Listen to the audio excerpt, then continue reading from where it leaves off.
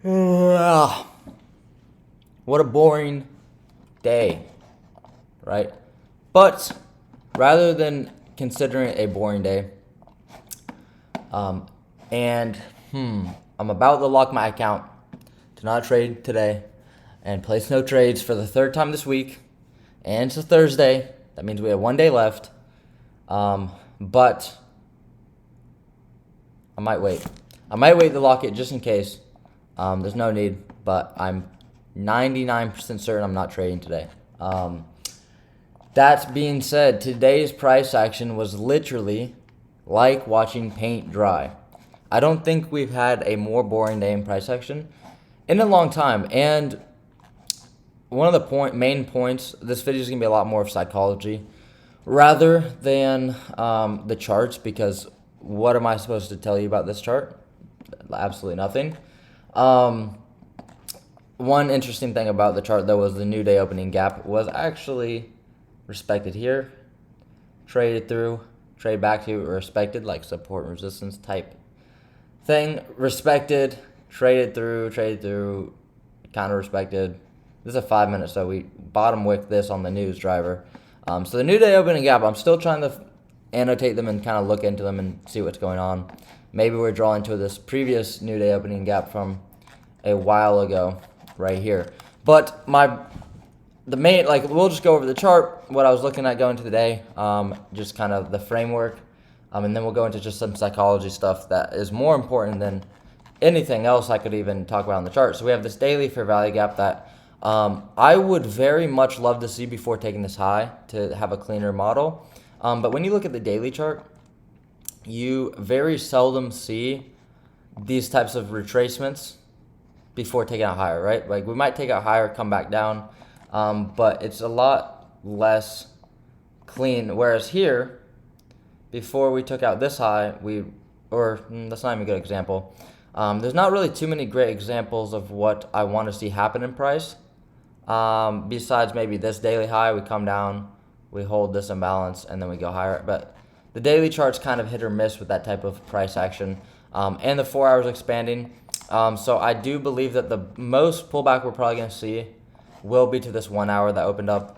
That is the only place I would be looking to take a trade or frame a bias. I'm not looking to short this because I promise that even if a short did take place and worked, I'm pretty sure we have an SMT now with ES. I could verify this. We do have an SMT, right? So even though we have an SMT and we could get an inverse fair value gap here, nothing about this is appealing whatsoever.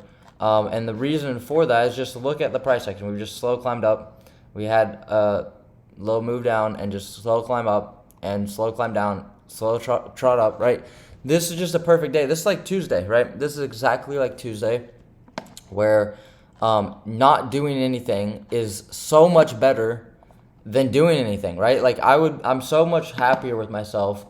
And today is a very easy day to be disciplined because genuinely, I don't think that you could find a single, obviously people are going to cherry pick something now that I say you can't find a trade, but I don't think there's a single valid trade for ICT concepts at all. If you trade ICT concepts, I'm sure there's people that trade bear flags and bull flags, like took a trade here and smashed it because of the trend day model.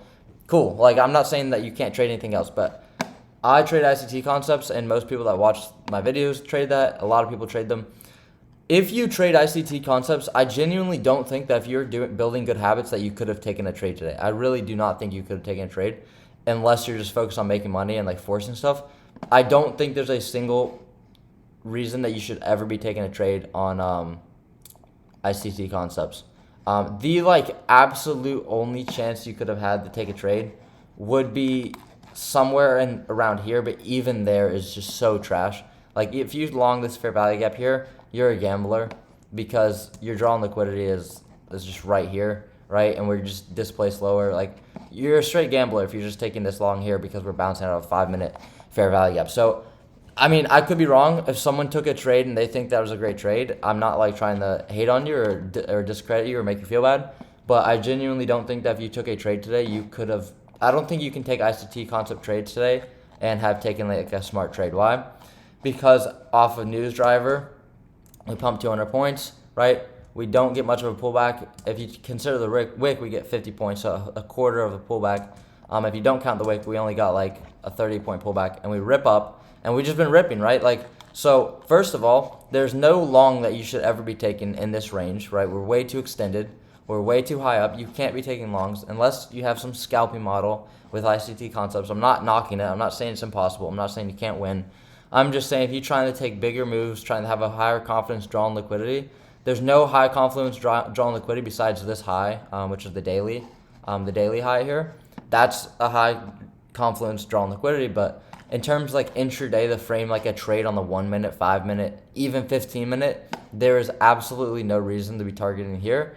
So in that sense, you have no higher time frame draw on liquidity. We have lows here. This was my bias going today. I wanted to be bearish. I wanted to see displacement through lows, but I knew that we were super bullish off news. So I'll read what I wrote. I have a bearish bias, but right now price is very, very bullish.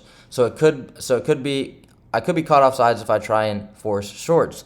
The market, I'm looking for us to put in a clear reversal, so like an SMT at a high, something like that, and then displace through like a fair value gap, like a 5 minute, and then disrespect bullish fair value gaps. If I look for longs, my alternate bias looking for longs, I would want to see discount of the range. We are clearly our disrespect, and then clearly disrespect bearish PD arrays. Main target for the day, Asia and London relative equal lows at 19,150. So like down here, there's my main target if we start displacing lower, because I thought that would be nice to draw towards these lows as low-hanging fruit to try and get towards this daily fair value gap and sweep out this low. Obviously, the market had another plan, and that's fine because you don't have to be right about where price is going. You just have to be right about your stipulations and requirements to get into a trade, right? I was bearish today, not because the chart looks bearish on the higher time frame. It absolutely doesn't. I'm not an idiot, right? I don't look at this chart and think that we're bearish and think that the market's collapsing. I look at this chart and I think, oh, we're going to this high because we are. We're in a buy model, a buy program to this high. I was bearish on the day because we're in a massive imbalance. I don't expect us to go straight up to it. We could, right? It does not matter. It does not matter to me. But I don't want to take a long here. So if I do not want to take a long, what does that mean? I have to be looking for shorts. And if I want to take a short, I have to look for something that validates shorts. And it can't just be a 1 minute inverse randomly. There has to be some sort of clear high put in, some clear reversal, displacement through lows. You have to wait for structure to be built. And quite simply, today, there was not enough structure being built at all and not enough reason for price to do anything. And that resulted in price action like today, where it looks genuinely like price drying. So I have no interest in touching this chart. I really don't. If I trade later, it would be a paper trade. So I'm going to lock my account. Like, see, this is where the psychology comes in, right? Like, I know that I should just lock my account out so I can't even take a trade today, because I know I could get myself caught up in some dumb trade that doesn't need to work. And really, I just don't need to use the mental capital on trying to place an execution today. But the part of me that sits there and wants to make money is sitting here itching to take a trade. It's 11:15. I've been looking at the charts for what's that, 2 hours, 2.5 hours. So I want to place a trade. I want to make money. I want to grow the account because the account's still at 860 or whatever it was yesterday, and it's not going anywhere. It's not getting any closer, but that mindset is very, very toxic. And that's, again, the main point I want to drive home is psychology. I want to bring up some psychology pieces I find with days like today. First of all, on a day like today, it's very hard for me to want to just, like I said, lock my account out, especially that we're just crawling above this high. There's no clear fair value gap, right? If we got like a candle like this closing above the high here and then we inversed it, then I would say, okay, you know what? Maybe that's a decent thing. I could lower my size and take a trade and then go break even at this low. Just again, I'm trying to move away from going break even. But if it's not super high confluence, then I'm not taking stabs, or I'm not going to just leave myself unprotected on lesser confluence. And then on the higher conviction trades, I won't go to break even and stuff like that. But again, these are days where I'm like, okay, maybe in the 11, I held out for the 11 or the 1050, 1110 macro. I was like, okay, if we don't get anything here, then I'll be done for the day. And then it's like, oh, well, maybe PM session cleans up. And the reality of trading is that it doesn't matter, right? Like if I don't trade today, it doesn't matter. If a setup comes and I lock my account and I don't get it and it would have made me money, it doesn't matter. Like it absolutely does not matter because nothing about today's price action is calling me to trade it, right? There's nothing. There's absolutely nothing. If I want to long, the absolute lowest price would have, like the absolute highest price can be for me to want to long is below this blue line, which is a 1 hour fair value gap, because it's also in discount of this move up, right? From London low, it's perfectly aligned with discount, and if we keep going higher, it'll be even deeper in discount. I don't want, and then here is a 30-minute low, 30-minute fair value gap. I'll mark that out. This is actually like the other lowest it would have to go, right? So when I'm frameworking this, the market literally has to go at least to this low for me to even consider a long. And obviously you can only long or short in the market. You can only long or short. You can't do anything else in futures. So if I can only long below this low at best, right? We are now 119 points away from that. What are the odds we really come down there? And I really would like to see this get taken out 200 points lower before taking a long. So yeah, we could get a setup in the PM, or maybe we get the setup tomorrow, right? And we just have to be patient till tomorrow and wait our turn. So price is nowhere near the level where I can take a long, right? So that means that I would only be possible to take shorts. What would I want to see to take a short? Quite frankly, I can't tell you a single thing on this chart that would make me want to go short, right? Inversing this 1 minute, although it might work, right? We'll mark it out so when I'm talking, it might play out. Do I need to concern myself with this inverse? Absolutely not. Why? Because we just have a one movement up, right? I'll sit here and call price. I'm gonna lock my account right now and practice discipline, because it would be an absolute shame. It would be an absolute shame today to not lock my account and then force a trade because I see something, right? And now I'll switch to paper and I'll show you guys. So today, no trades. I'll switch to paper, and if we get something while I'm talking, then I'll kind of execute and show you, and then hopefully it loses because I want to prove that there's no reason to be doing this stuff, right? So, okay, right, we just swept out the high. Let's see if we have an SMT. We don't. We just inversed this fair value gap. All right, we're on the practice account right here. Oh man, we're on an inverse. So we're gonna put our stop above this high because this is gonna be the reversal, and then we can target sell side liquidity or sell side liquidity down here. And if we get closed back well above, we're out, right? Why is this not a good trade? Because we have a 2 minute fair value gap that we're gonna hold, or we could hold, right? Why is it also not a good trade? We just tapped into a 3 minute, right? Which is in discount of this range, right? We from this swing low to this swing high, we're in discount. So another reason why we shouldn't have traded that. Another reason why this is not a good trade. The overall price structure is bullish, and we don't try and pick highs and bottoms in places that don't make sense to pick highs and bottoms, right? If we come down to this 1 hour fair value gap, right, and we get some nice price structure, and we get price structure like this, boom, we're sweeping it down, we sweep the low, and then we maybe remanipulate, and here, boom, I can get in here on an inverse, right? Why? Because we have actual narrative behind a reversal. We can try and pick a bottom or a top, because we're in a 1 hour imbalance. We swept these relative equal lows. We're in discount this range. We got manipulation at the low, maybe an SMT. Boom. Now I can try and pick a bottom, right? Because there's actual conviction and reason to pick a bottom. When I'm up here, I have no idea that because this 1 minute bullish fair value gap that has no significance, because it does not matter, I have no confluence that this is going to matter, right? Even if this trade runs and hits full take profit, I have absolutely zero care in the world, because one, it's just a paper account, and two, that's not a real trade. So even if the market, you have to disassociate the market doing something with you should have got that or you could have got that, right? When ICT in his mentorship talks about how he can read every 1 minute candle, first of all, I don't believe him. I think ICT knows what he's talking about. I think he probably can trade. I don't have any proof. I don't know if he can trade really or not. I think his concepts work, or I know his concepts work. I know what he's teaching makes sense. Now that I have a good understanding of ICT concepts, I can watch his videos and understand what he's saying. I'm not saying he's just like a scam or anything, but when he tells you that he can chart and read every single 1 minute candle, he is absolutely full of it. what would like, and maybe I'm completely wrong, but I honestly, for the life of me, I cannot understand why he would even claim that. Because what is he going to tell me about? Well, maybe not even this candle, because we're in a PD array, right? This candle right here, or this candle right here. There's absolutely no reason he could have told me that we're going to close bullish on this candle. Or I don't know even what he means by saying he can call out every candle.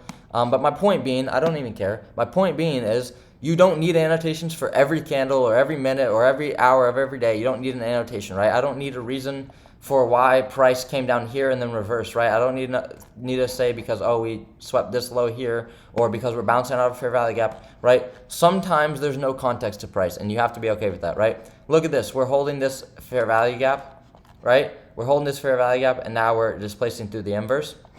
If we can displace through this low, then what am I going to start doing, right? Then maybe I start getting more interested again on paper because of today's conditions. But if we displace through this low, we break structure, we make another fair value gap, then I'm curious, okay, how does this fair value gap now hold here? Does it respect or does it get ran through instantly? I need to see more confirmation. The first entry, a lot of times it's the higher risk entry, but the best reward. But you need validation, right? I need to see us break through this low with displacement and close below. I want to see us ideally break through this swing low and have displacement with a 5-minute fair value gap that maybe we retrace to, right? These are how you actually read the market. You don't just sit here and try and pick tops and bottoms and try and obsess yourself over what this is doing right here, right?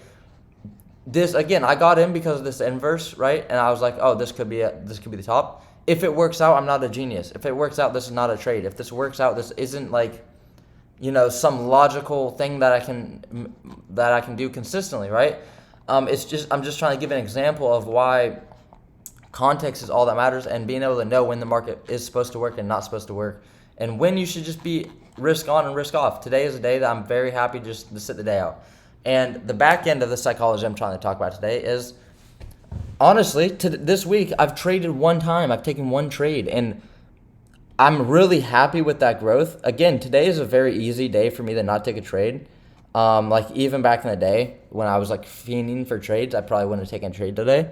So it's a very, very simple day to not trade because what is this price action here? We're just ripping up. But my point being is it still takes discipline, right? I could have tried to inverse this 2-minute, right?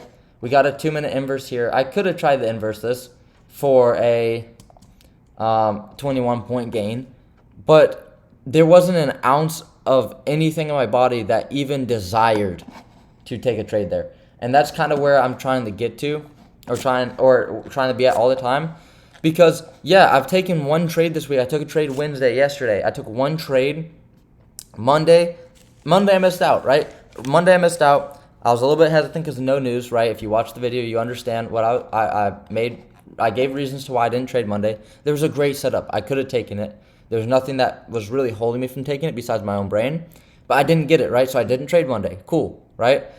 Tuesday, absolutely nothing in the market, just like today, boring day.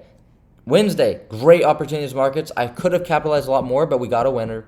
We de-risked ourselves. We were a little bit whatever. But we did our job. We took a trade and we executed and we did our job. We were patient, right? So my point is that I'm doing, like, as a trader, you are doing your job if you don't take a trade. Monday when I missed the trade, I'm still doing my job by being disciplined, not chasing something afterwards. I missed my trade, right? If you're always missing a trade, yeah, there's something wrong. If you're always doing like different things, yeah, there's something wrong. But when you can sit back and not take a trade and not let it affect you, that's where you need to get to, and where I still need to get a little bit better at, right? Because, right, I have a history with having bad days on Fridays. So I know that tomorrow, if I do want to place a trade, I have that history of spiraling on Fridays and having bad days because the weekend's coming up. And, it kind of is a thought in the back of your mind. Why is my stop loss gone? It's kind of a thought in the back of your mind of, oh, I didn't take a trade. I've taken one trade today and I've only made $230. So what if I end the week only up $230? So, I did my job. I did my job as a trader. I'm trying to minimize mistakes, right? Trading isn't about winners or taking winning trades. It's about maximizing mistakes, or maximizing mistakes is crazy. It's about minimizing mistakes, right? And capitalizing on the correct decisions, right? So when I come into a market and my edge is there and I have conviction, capitalizing as best as I can, squeezing as much profit as I can, not being greedy, but squeezing the profit out the way I should. All of this stuff is trading, but more so is showing up on days like Tuesday and today for sure and being like, okay, I have nothing to do today, but that nothing is actually super valuable for my journey and super valuable for the skill of trading and for what I'm trying to accomplish here, because I don't need to push a button today. I don't need to put opportunity on the line. I'm minimizing mistakes. If I took a trade on Tuesday, there is a high probability that I make a mistake and I take a bad trade or I take an unnecessary loss, right? Unnecessary losses. And people always talk about, it's no secret, oh, you take so many unnecessary and small losses that add up and it ends up hurting you in the long run. But you can't actually understand what that means until you have experience and until you blow accounts, until you never pass evals, until you spiral and take dumb trade after dumb trade after dumb trade after telling yourself you're never going to take a dumb trade ever again. You eventually just have to get to the point where it's like, okay, you lay your foot down and you actually man up against yourself and tell yourself, who's in control, and you're in control. Sometimes you don't think you're in control, or you forget that you're in control, but you have to put your foot down and say, you know what, today I'm not trading. You guys saw I didn't lock my account out until after I started this video, right? I was still wrestling with, maybe there's going to be an opportunity later. Maybe there might be. I was wrestling with that idea because I was struggling to put my foot down and say, you know what? I'm not trading today. There's nothing I want to do. I'm going to take this day. I can't lose money if I don't trade, and I don't like what I see. I don't like the opportunity. It's not crystal clear to me. I'm going to let it go, and there's going to be opportunity tomorrow. And if there's not, then Monday, Tuesday, Wednesday, Thursday, Friday, repeat. It repeats every single week. We get 5 new days to trade every single week. Unless there's a bank holiday, right? It's not going anywhere. It never will. It never is. But what can go somewhere is if you just blow up constantly and take trades and force things because you're trying to trade every single day. I was there. I still am there sometimes. I want to trade every single day. I would love to trade every single day. Sometimes you'd rather take a loss on the day than just not take a trade at all. You'd rather take this half crap trade and then maybe take a loss because you had the chance to win, than not have the chance to win and just step away from the day. And, it's so mind-blowing because I'm really talking to myself. I'm really talking to myself with this because this is where I've noticed a lot of improvement. But the improvement in this aspect of your trading is not sexy at all whatsoever. It's not sexy whatsoever. And the reason being is because it's boring and it sucks and you don't make money. You don't make money by not placing a trade. And because of that fallacy, it's not really a fallacy, that's probably the wrong word, but because of that paradox or paradigm, that's again probably not the right use of that word. And right here, I'd want to see a close below this low. I do not want to see it wick here and close. But because of that reality that you can't make money without placing a trade, right? There we go, reality. Because of that, you think, or I think, I'm talking to myself, because of that, I need to try and take a stab here today because if I don't, I'm not making money. I'm sitting here. I'm not making money. But it's your decisions, and that's a good close. And let's see if we can get more entries into this trade and see how we can use this trade and play it out, right? So let's see if we can finally break this 2 minute down here and this 3 minute or this 5 minute gap we kind of holding. And let's see what we got. We got a 15 minute down here with the 30 minutes. So let's see how we can manage this, right? We'll paper trade the living crap out of it. But again, I forgot where I was, man. That's annoying. But yeah, because you can't make money if you don't push a button, you're desperate to find a way to push a button. You're desperate to find a trade, even if it's probably not the best one because, like down here, when we inverse this 2 minute here, you could maybe jump in on this fair value gap here and try and trade up higher because you know that if you're right, if it's not high probability, but if you are right, which it did, you could have made 33 points, however much you're risking. You can do the math on whatever your contract size that you want to say you would have taken was. And then in your mind, let's say I was going to go in, I'll just take 5 micros. Oh, I could squeeze $300 out of this little move here. If it just goes here, it probably will. So, you know what? Yeah, I'll probably take this. And then what happens? It loses and you feel like an idiot. and you're upset, and now you're looking for some side of trade in here because you want to make some back, and then you just get blown up on a day like this because there's no opportunity, and there never was. And now I want to see this fair value gap. I want to see how this thing responds, right? If it gets inverse, the trade is 99% invalidated probably. But I want to see how this trade plays out. I want to see how we react in this area, in this imbalance, and see what price does. And that's all I'm doing on paper trading when I'm in a market condition like this, where it's really boring and really bad action, right? So we're in this 1 minute imbalance. So let's just see. Did we reject lower?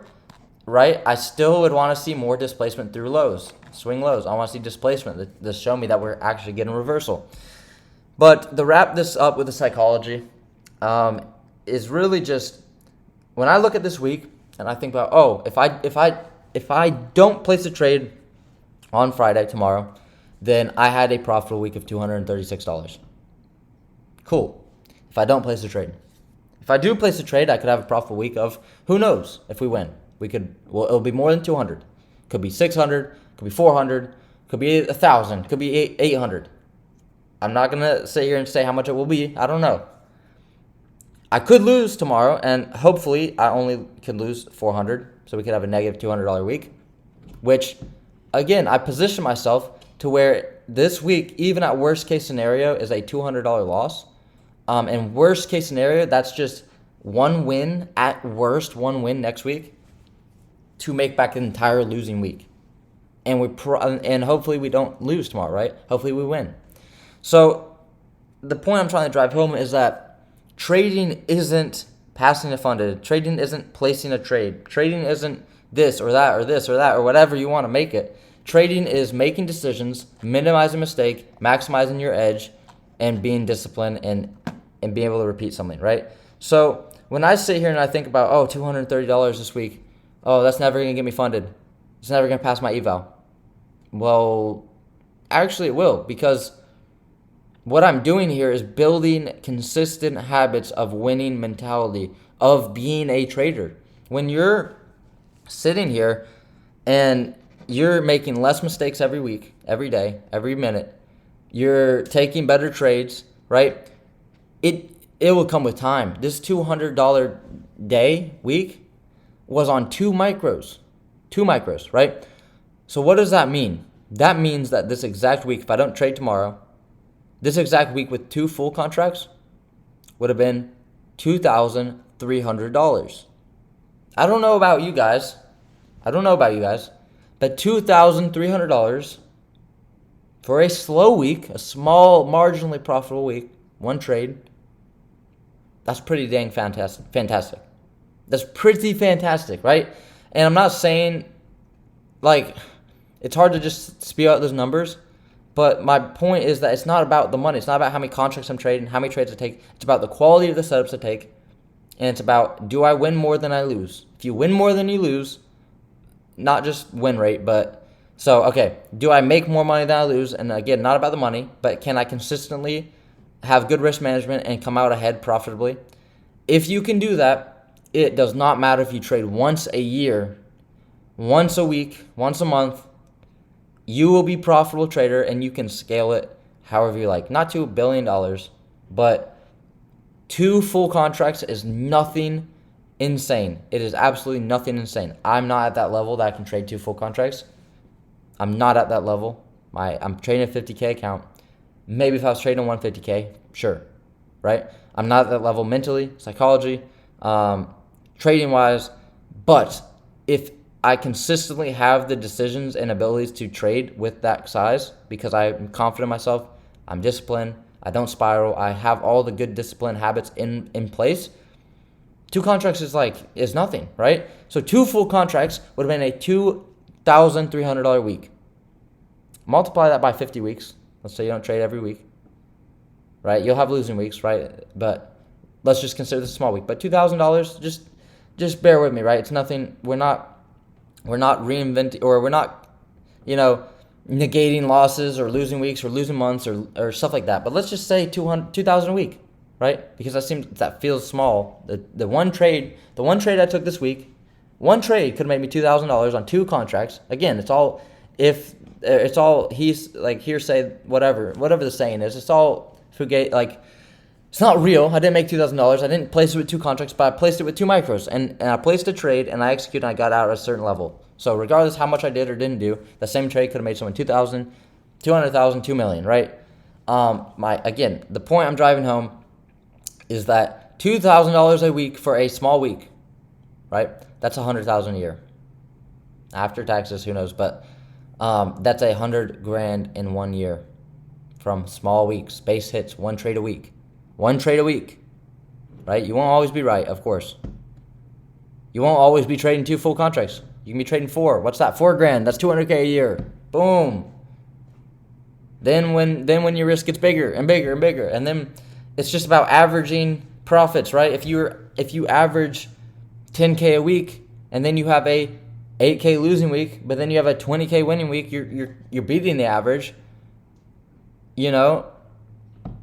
And like it's just about being profitable, right? And being profitable isn't a destination. It's not passing evals. It's not any of that. It's not a destination. It's about being disciplined. It's about doing the right thing. So this week, again, if I don't do anything dumb on Friday, obviously if I lose tomorrow taking a good trade, I will be unprofitable for the week. But in terms of if I can maintain tomorrow and finish out this week strong and be disciplined and take a great setup and manage it good, I will have a profitable week no matter what. We might lose, we might be down on the week, but it will be a profitable week of profitable decisions and actually getting better. So I would close this paper because we inversed here and pretty much inversed here. Again, I'm glad that didn't work because there's absolutely no reason for that to have worked. So again, last time I'll drive the point is that being profitable is a mindset. I can be profitable right now without passing my funded. I will pass my funded if I'm profitable, but I can't. I don't want to say can't because you can gamble, get lucky, and pass evals. A lot of people pass evals and are nowhere near profitable.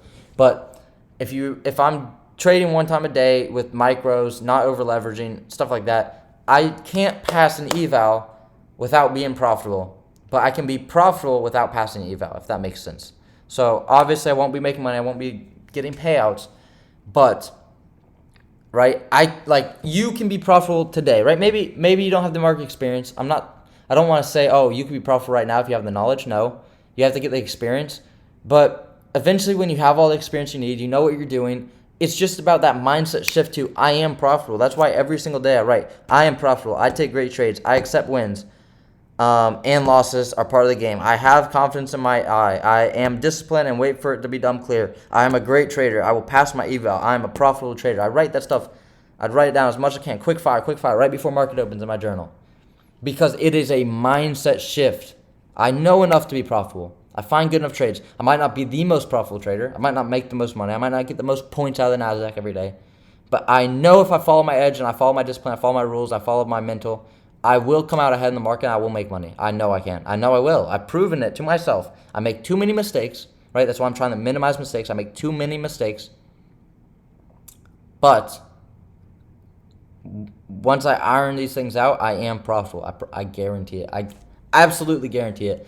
So that is a little masterclass in psychology for myself that I needed to get through and work through and talk about and experience and breathe and feel it myself, because I'm talking to myself more than I'm talking to you guys, I promise, because a lot of guys know this, feel it, a lot of you guys are a lot better at trading than I am, so obviously, a lot of you guys watch me for entertainment, which is great, but I do think a lot of the psychology stuff I can talk about because I can reflect honestly on certain things, so so that's the review for the day, not really a review, but kind of like outline of the psychology and like a deep dive. These types of days and these types of psychology talks are honestly way more important than a trade recap, right? Because a trade recap, you know what I mean? Like when I review the trades, I love doing it because I'm trying to learn from it, and I hope that helps people maybe see something or whatever, maybe entertainment. And I do them every day for a reason. But these deep dives into your own psychology are so much more important than just, oh, I saw a break of structure here, and then I saw an inverse fair value gap, and then I saw this, and then I targeted this because of that. Cool. Right? Cool. Right? But if you can't do this part, the psychology part, have fun with your inverse fair value gap. Have fun with your fair value gap tab. Have fun with your turtle soup. Have fun with it all, bro. because you're just playing a game. You're not actually trading. You're not actually getting better if you can't understand your psychology. And that's why people fail. That's why I'm failing, and I won't fail forever because I will be able to get it. So hopefully we come in Friday, kill the week off. Hopefully we find a trade as long as it follows our plan. Hopefully we get a nice winner. Again, I still want to make money. I still want to have a good end to the week, right? I'm not trying to just come in and not take a trade tomorrow. But that being said, I'll see most of you guys tomorrow. So if anyone is a Madrid fan or heard me talking about it, Real Madrid, dude. So I'll spend.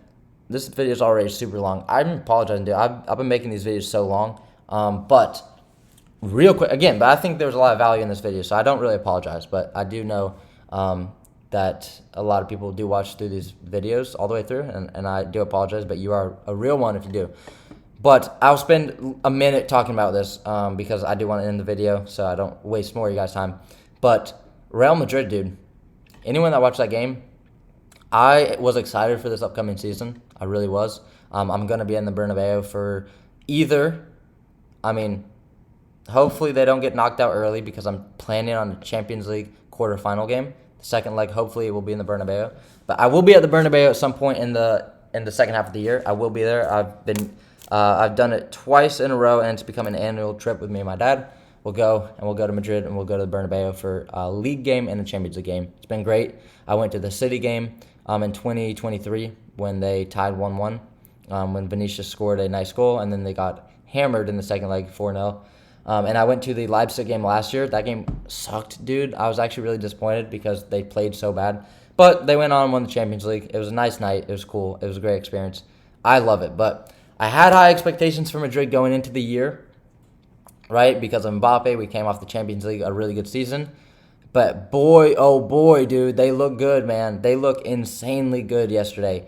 Jude Bellingham playing in a proper midfield role is unbelievable, the difference, dude. I liked him last year. He scored a lot of goals, but I would watch him play and be like, I don't know, something feels weird. When he had his back to goal, when he'd have to dribble against center backs all the time and dribble like Vinicius, like he was dribbling like a striker or a winger, and it just didn't feel right. Seeing that man play a proper midfield role is unbelievable because, wow, he performed yesterday. I mean, he was going ballistic on the field, dude. It was beautiful. So I don't know how I'm even more excited to watch Jude Bellingham play this year than I was last year. Probably won't score as many goals, but I think the runs from deep will be really beneficial.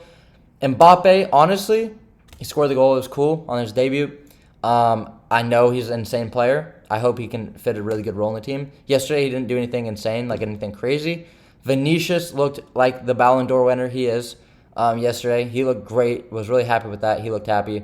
Rodrigo, I think his role will be good. And I love Valverde. He was fantastic yesterday. Hopefully, Tchouaméni can grow into that role a lot more. Hopefully, Camavinga comes back. And I like where our back line is. We were doing some weird stuff. But if they can iron out some of the kinks in their tactics and they can really get a good chemistry up top, wow, watch out for this year. Watch out for this year. This is going to be a phenomenal year for Madrid, I hope. And I will love, I'm just counting down the days to be in that Bernabeu. Hopefully I'm profitable by then, so we can maybe hit 2 games if I'm profitable. Maybe I can hit some more games this year if I can turn profitable. But I am so excited to be in the Bernabeu. If anyone else has ever gone and watched a game inside the Bernabeu or even visited Madrid, let me know in the comments because that would be pretty cool. But yeah, that's all I'm going to say about Madrid because this is a trading channel. And probably, if anyone even got to the part where I started talking about it, all clicked off for sure. But, dude, I would love to just, like, I love the game. I love Madrid. And I'm really excited. So, again, that's just a personal, this is my channel. I can do what I want, so I apologize. Anyone that watched the video all the way through, you are a beast. I hope you keep killing it, man. I really do hope that you're improving every day and you're getting better, and I hope you can get this trade stuff to work because just like I hope it works for me, everyone, I know it's like a big mental demand of like, can this work? And it's like, oh, the 1% of traders have to do it, so it feels like you're competing with people, but you're just not, right? Like, if you're profitable and I'm not, it's not going to affect me becoming profitable. If I become profitable and you're not yet, it's not going to affect you. It's all about how much work you put in and never giving up on yourself. So that's why I remind myself, because sometimes I see people, I'm like, what if all the profitable traders are taken up, right? And I can't do it. No, there's always going to be opportunity for me. I just have to work hard. I have to be honest, and I have to work hard, and I have to get there on my own, right? No one can get there for me. Just like you have to do it yourself. No one's going to get you there. No one's going to make you profitable. And that's why trading's scary, is because no one can hold your hand through it. But I do really want every single person that watches these videos to become profitable. I really hope you can get there. I love everyone on this channel. Make sure to subscribe and like the video. Maybe leave a comment. Help me out, man. I'm trying to get YouTube ad revenue because I don't make money trading yet. So there it is.